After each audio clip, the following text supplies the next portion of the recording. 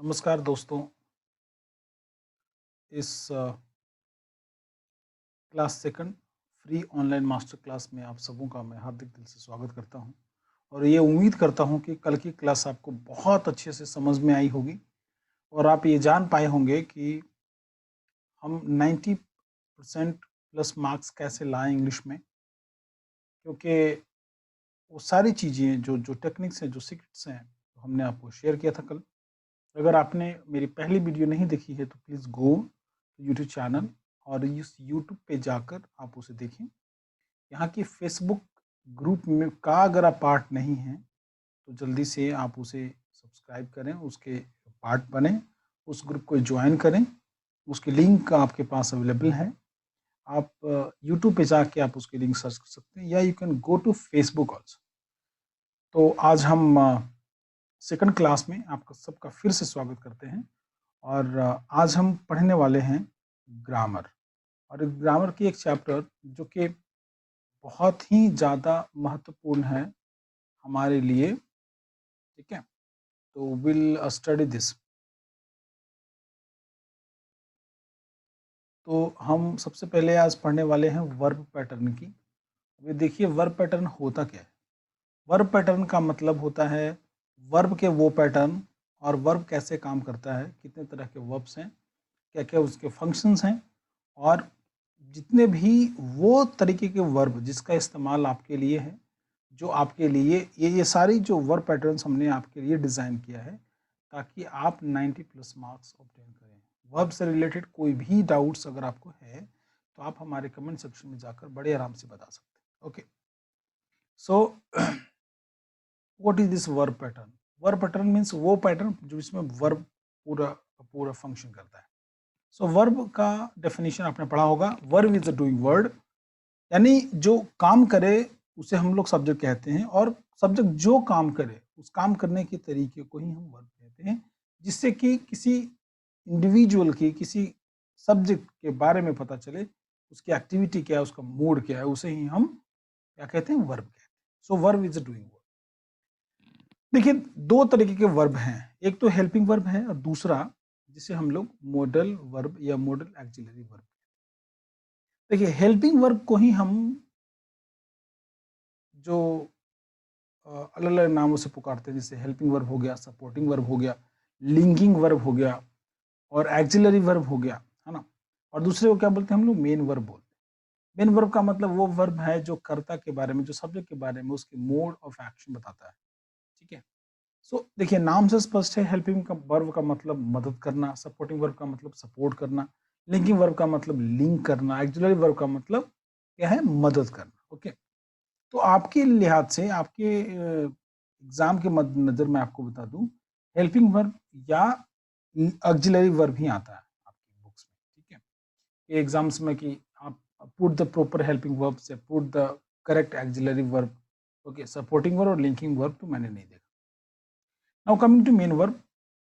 Main verb जो है वो वर्ब हैं जो सब्जेक्ट के एक्शन, जो भी सब्जेक्ट काम कर रहा है, जो करता जो भी काम कर रहा है उसके मोड को बताता है, मतलब उसकी स्थिति क्या है, किस तरह के काम कर रहा है, इसलिए हम लोग उसको क्या बोलते हैं? Main verb. अब हेल्पिंग वर्ब के कितने टाइप्स हैं? हेल्पिंग वर्ब जो है दो प्रकार के होते हैं। Okay, one is called simple helping verb, simple helping verb, and second is models helping verb. तो इस ये अब आपने भी पढ़ा होगा कि सिंपल हेल्पिंग वर्ब का मतलब, जो हमारे पास तीन टेंस है ना, प्रेजेंट टेंस, पास्ट टेंस और फ्यूचर टेंस। सो जो टेंसेज में डायरेक्ट इस्तेमाल होने वाले वर्ब्स हैं उसे ही हम सिंपल हेल्पिंग वर्ब कहते हैं, ठीक है? जैसे प्रेजेंट टेंस में कौन कौन से हेल्पिंग वर्ब इस्तेमाल होते हैं? इज होता है, आर होता है, एम होता है, डू होता है, डज होता है, हैज होता है और हैव होता है। यानी टोटल 5 + 2 7, टोटल 7 हेल्पिंग वर्ब्स जो है जिसका इस्तेमाल हम प्रेजेंट टेंस में करते हैं। Now coming to past tense. Past tense में सिर्फ 4 हेल्पिंग वर्ब का इस्तेमाल करते हैं हम, वाज, वर, हैड और डिड का इस्तेमाल करते हैं, ठीक है? फ्यूचर टेंस में सिर्फ 2, शैल एंड विल जो है वो वर्ब हैं जिसका हम इस्तेमाल। अभी देखिए मोडाल्स कुछ लोग बोलते हैं इसको, कुछ लोग मॉडल एक्सिलरी वर्ब बोलते हैं, कुछ लोग मॉडल हेल्पिंग वर्ब भी बोलते हैं। ओके, तो ये है क्या? मैंने बताया हेल्पिंग वर्ब के दो पार्ट्स, सिंपल वर्ब मतलब सिंपल हेल्पिंग वर्ब और दूसरा मॉडल हेल्पिंग वर्ब। सो ये मॉडल का क्या है मतलब, verb that shows mode of action of the subject is called model और मॉडल ऑक्सिलरी। यानी सब्जेक्ट के बारे में वो जो भी कुछ काम कर रहा है उसका एक्शन जो भी है उसकी स्थिति कैसी है। ठीक है, जैसे मैं बोलूं मैं अंग्रेजी बोलता हूं और मैं अंग्रेजी बोल सकता हूं। मैं अंग्रेजी बोलता हूं, मेरा दोनों मोड क्या है, मेरी मोड है कि मैं अभी अभी आपसे बातें कर रहा हूं और मैं अंग्रेजी बोलता हूं, ये मेरा काम है, ये मेरी एक्शन है। लेकिन अगर मैं बोलूं मैं अंग्रेजी बोल सकता हूं, इस सेंटेंस में सकना जो वर्ड जुट गया है इसके साथ में, इसका अर्थ यह है कि ये हमारी ताकत को, हमारी कैपेसिटी को, हमारी कैपेबिलिटी को बताता है, इसलिए हम लोग इसको मॉडल ऑक्सिलरी वर्ब। ठीक है, टोटल इंग्लिश ग्रामर में कितने हैं, ऐसे तो 13, कुछ लोग 11 बोलते हैं। अब यू डोंट बी कंफ्यूज्ड, आप 13 का 13 याद कर लिए। ओके, सो शैल विल जो कि फ्यूचर टेंस में भी लगता है, सिंपल हेल्पिंग वर्ब आपने पढ़ा होगा। शुड शैल का पास्ट है, वुड विल का पास्ट है, कैन और दूसरा कुड वो कैन का पास्ट है, मे और माइट, माइट जो है वो मे का पास्ट है, must, need, dare, use to, ought. थोड़े से हम इसके बारे में हल्का सांस पढ़ेंगे, ओवरव्यू करेंगे। ठीक है, शैल विल तो आपने पढ़ा है, फ्यूचर टेंस में मैं अंग्रेजी बोलूंगा, आई शैल स्पीक इंग्लिश, वह अंग्रेजी बोलेगा, he will speak English. Should का मतलब क्या होता है, चाहिए के सेंस में, आपको बोलना चाहिए, आपको पढ़ना चाहिए, आपको खेलना चाहिए, you should do this, do that. Would का मतलब क्या होता है, कोई पास्ट एक्टिविटी को बताना हो कि, या फिर कोई इच्छा को बताना हो तो फिर वुड का इस्तेमाल करते हैं, है ना। या किसी से कुछ परमिशन लेना हो तो हम वुड का इस्तेमाल करते हैं, जैसे would you please help me, would you please guide me, would you please lend me 500 rupees, है ना। या वुड के इस्तेमाल, Gandhi ji would spend daily, Gandhi ji रोज चरखा चलाते थे, तो इट इज क्या है, पास्ट एक्टिविटी है, पास्ट हैबिट है ना। और वुड का इस्तेमाल कौन हो सकता है, would you take care of your health, आपको अपने स्वास्थ्य पर ध्यान देना चाहिए ना, काइंड ऑफ सजेशन। उसी तरीके से कैन, कैन क्या बताता है, अपनी ताकत को बताता है कि आई कैन स्पीक इंग्लिश, मैं अंग्रेजी बोल सकता हूँ, है ना। यू कैन डू दिस, तुम इसे कर सकते हो। कुड क्या है, उसी का पास्ट है, इनडायरेक्ट स्पीच में कैन की जगह पे कुड का इस्तेमाल होता है, आपने पढ़ा होगा। या नॉर्मली हम कुड के और भी कई इस्तेमाल हैं मोडाल्स के रूप में, जैसे मैं, क्या मैं अंदर आऊं, कुड आई कम इन, भी आप कह सकते हैं। ठीक है, ही कुड गो, वो जा सकता था, क्या सेंस में, है ना। मे का अर्थ क्या होता है, आपने पढ़ा होगा, मे आई कम इन सर, मे आई गो आउट, है ना, may I help you. So questions पूछने के लिए इसका इस्तेमाल होता है, या किसी कभी कभी संभावना बताने के लिए, he may come to my house at any time, वो मेरे घर कभी भी आ सकता है। इट मे रेन टुडे, आज बारिश हो सकती है ना। माइट है, इसी का पास्ट है, इंडायरेक्ट स्पीच में मे का पास्ट हमेशा करते हैं तो माइट लगाते हैं, है ना। और माइट का इस्तेमाल और भी कुछ हो सकता है, जैसे कि माइट कम, वो आ सकता है, जिसमें संभावनाएं थोड़ी कम हो तो आप माइट का इस्तेमाल कर सकते हैं। मस्ट, मुझे ये चीजें अवश्य चाहिए, आपको आपको अपने स्वास्थ्य का ख्याल अवश्य रखना चाहिए, you must take care of your health. आपको पक्का अंग्रेजी सीखना चाहिए, आपको अच्छे से अंग्रेजी सीखना चाहिए, आपको हमारा क्लास जरूर से जरूर अटेंड करना चाहिए। You must attend my class, you must learn English, you must score 90% plus marks in coming Bihar board 2021 matric और 10th एग्जामिनेशन, है ना। नीड, आवश्यकता के लिए, आई नीड अ पेन, मुझे एक पेन की जरूरत है, आपको वहां जाने की जरूरत नहीं है, you need not to go there. उसी तरीके से डेयर बोलते हैं ना, hi how dare you, how do you talk to me like this, तुमने हमसे बात करने की ऐसी हिम्मत कैसे की, है ना। नेक्स्ट यूज्ड टू का मतलब होता है किया करता था, मैं बोला करता था, वो जाया करता था, वो खाया करता था। So he used to go, she used to go like this, है ना। Next is ought to. Ought to का मतलब कोई मोरल ड्यूटी, कोई मोरल ऑब्लिगेशंस बताने के लिए इसका इस्तेमाल करते हैं हम। जैसे आपको अपने माँ बाप की सेवा करनी चाहिए, you ought to serve your parents. आपको अपने देश की सेवा करनी चाहिए, you ought to serve your country, है ना। आपको बड़ों की इज्जत करनी चाहिए, you ought to respect elders. आपको रूल्स ऑफ रोड फॉलो करने चाहिए, you should follow the traffic rules. ये सारे मॉडल्स हैं, हम इसके बारे में डिटेल से स्टडी करेंगे, फिलहाल it was just overview for you. Now coming to main verb, मैंने पहले बताया मेन वर्ब क्या करता है, कर्ता की जो सब्जेक्ट है उसकी स्थिति को भी और उसकी एक्टिविटी को, दोनों को बताया, इसलिए हमने उसे मेन वर्ब कहते हैं, है ना। देखिए, मेन वर्ब के 5 फॉर्म्स होते हैं। दुनिया में जितने भी मेन वर्ब्स हैं, जितने भी, सबके मिनिमम 5 फॉर्म्स हैं, क्योंकि उनका इस्तेमाल सब टेंसेस में होता है।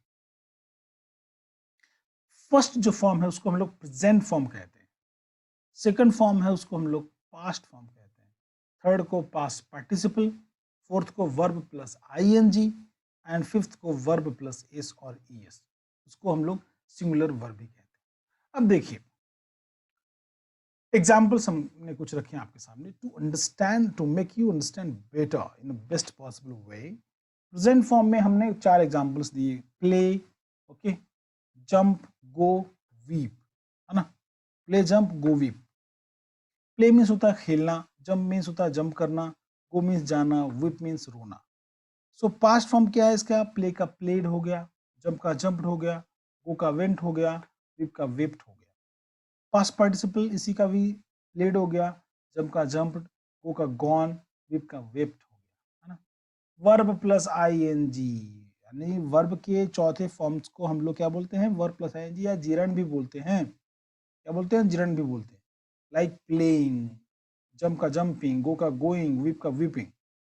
और वर्ब प्लस एस और एस, इसको हम लोग वर्ब के फिफ्थ फॉर्म बोलते हैं, इसको हम लोग सिंगुलर वर्ब भी बोलते हैं, like plays, jumps, goes, weeps. यहाँ पे 2 चीजें आपको समझनी एग्जाम के व्यू से।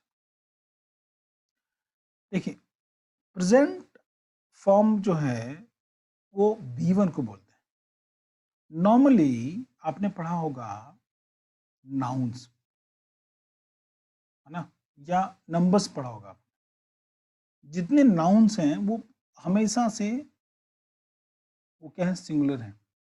अगर आपने उसमें जैसे ही एस और यस लगा लिया तो वो क्या होते हैं, प्लूरल होते हैं ना। सिंगुलर नंबर, प्लूरल नंबर पढ़ा होगा आपने। सो हम बोल दिया अगर के नाउन में बॉय आपने लगा दिया एस, तो क्या हो गया, बॉयज हो गया।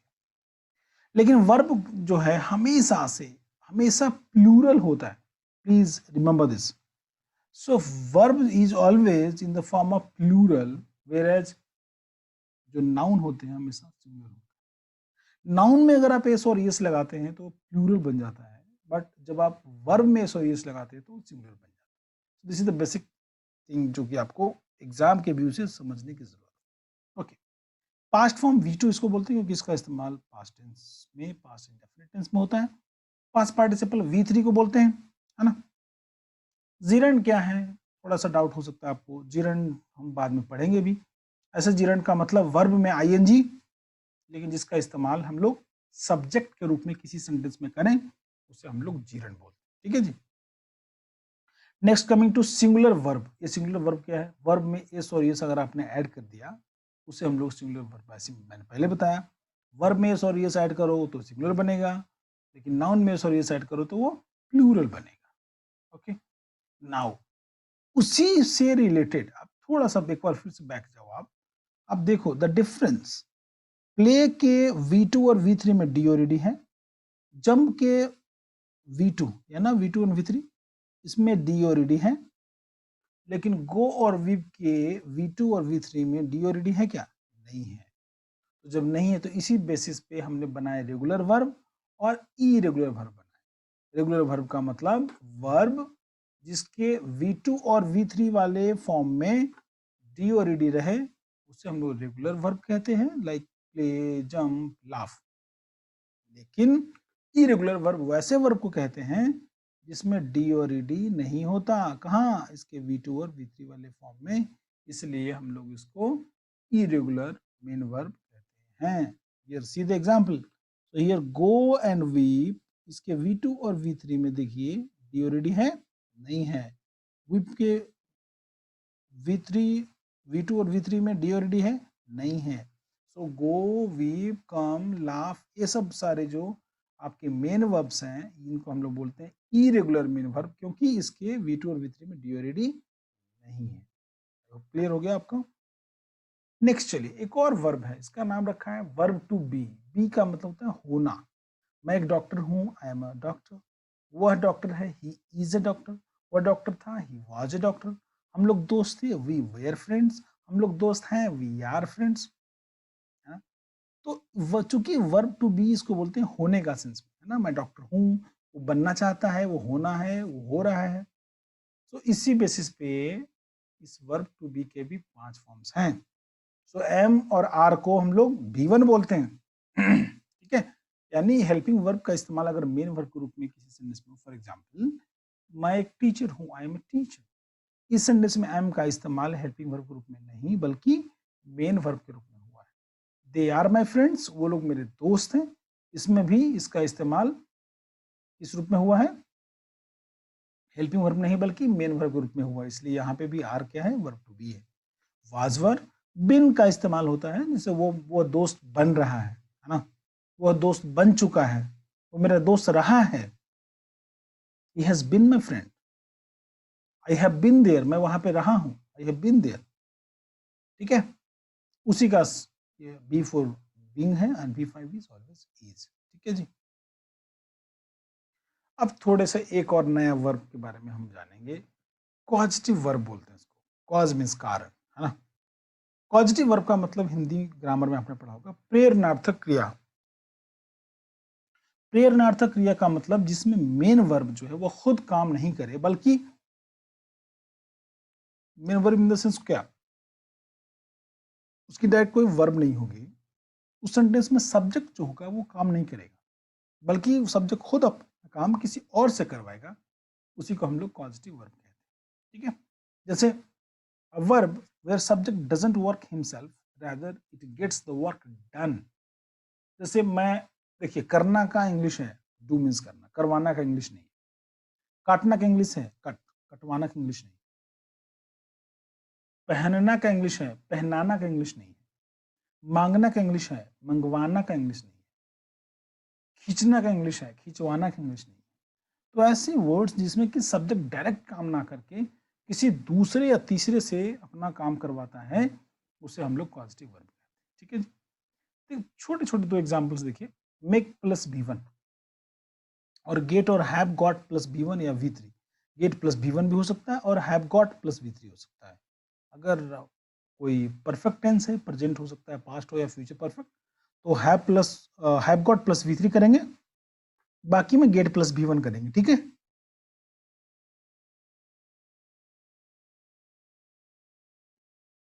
सो मैं अपना बाल कटवाता हूं, I make my hair cut.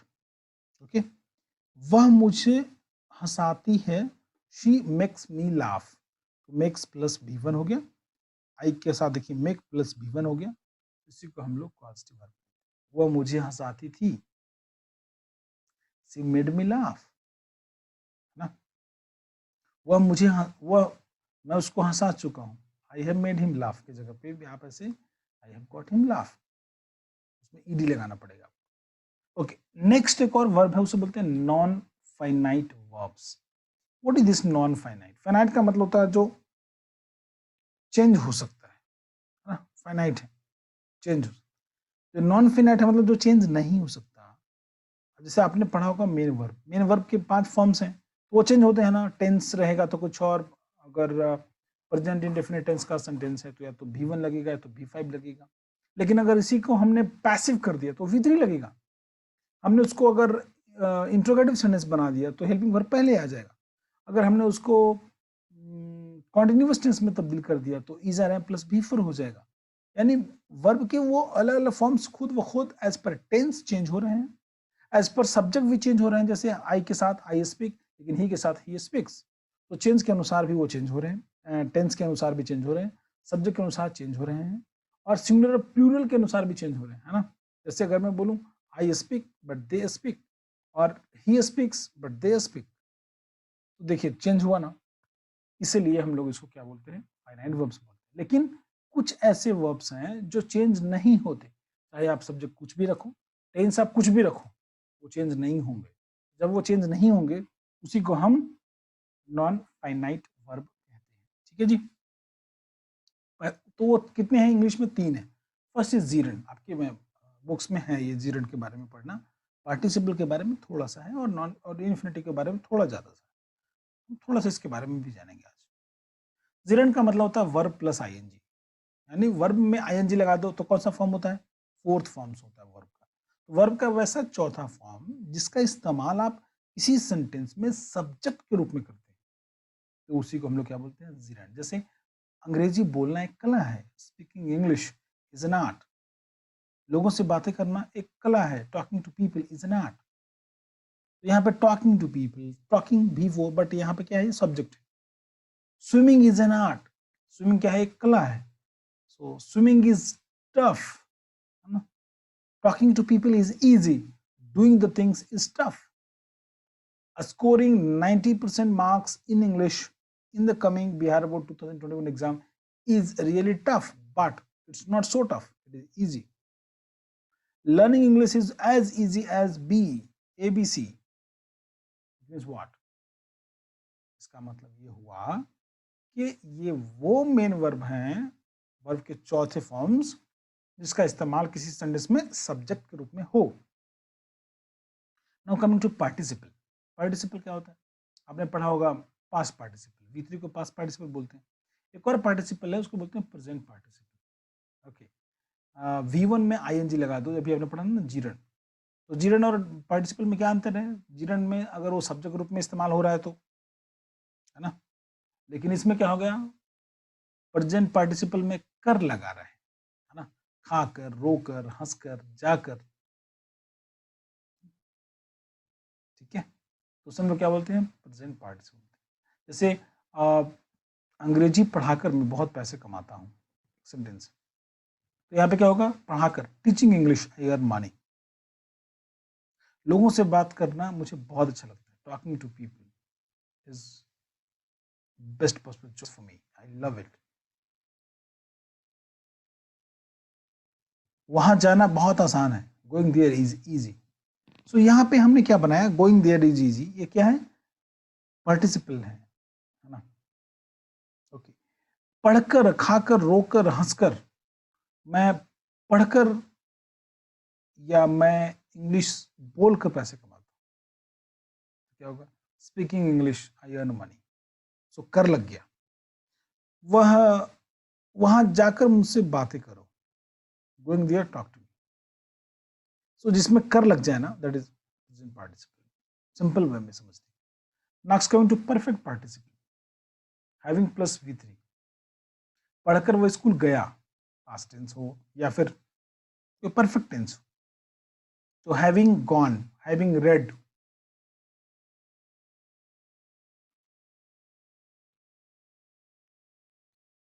Having red, having done this.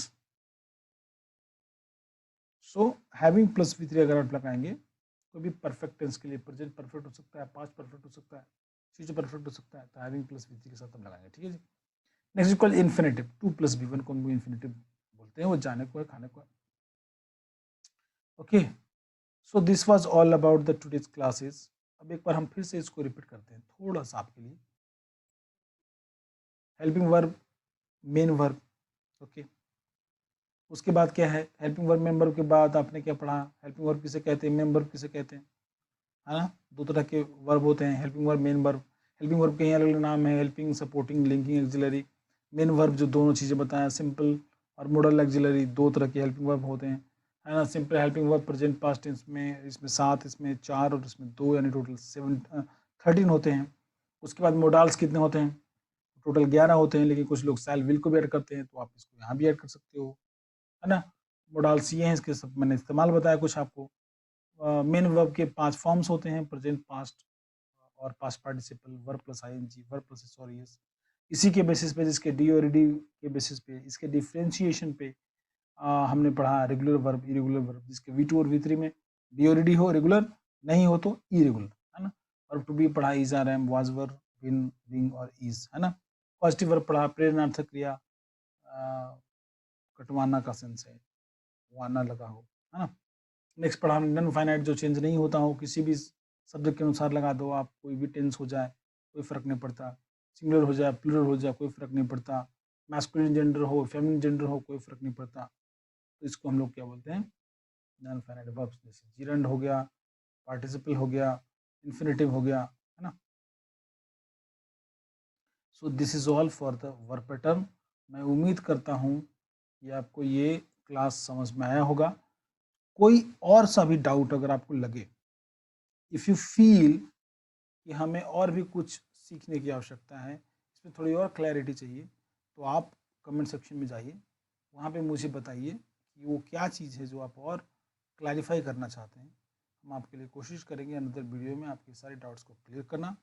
Also I would request you, do subscribe the YouTube channel and don't forget to press the bell icon so that जो भी नया वीडियो हम इससे related, यानी how to score 90+ marks in English Bihar board 2021, ये आपकी मदद करेगा। Please press the bell icon of the YouTube channel. Next is, अब जैसा कि मैंने आपको बताया कि आपके सारे क्वेश्चंस का मैं आंसर कहाँ पे देने वाला हूँ, फेसबुक के पेज पे, या फेसबुक का जो ग्रुप है लर्न वो free online English classes by Ravi Kumar, उस पर आप जाएं, आप उसको ज्वाइन करें और वहाँ पे आप अपने कमेंट्स को मुझ तक पहुँचाएँ। हम उम्मीद करते हैं कि आपको आज की क्लास बहुत अच्छा लगा होगा, and thank you so very much. So good bye.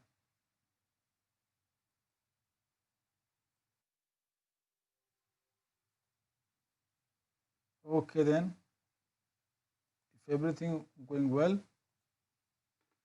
then let us close it.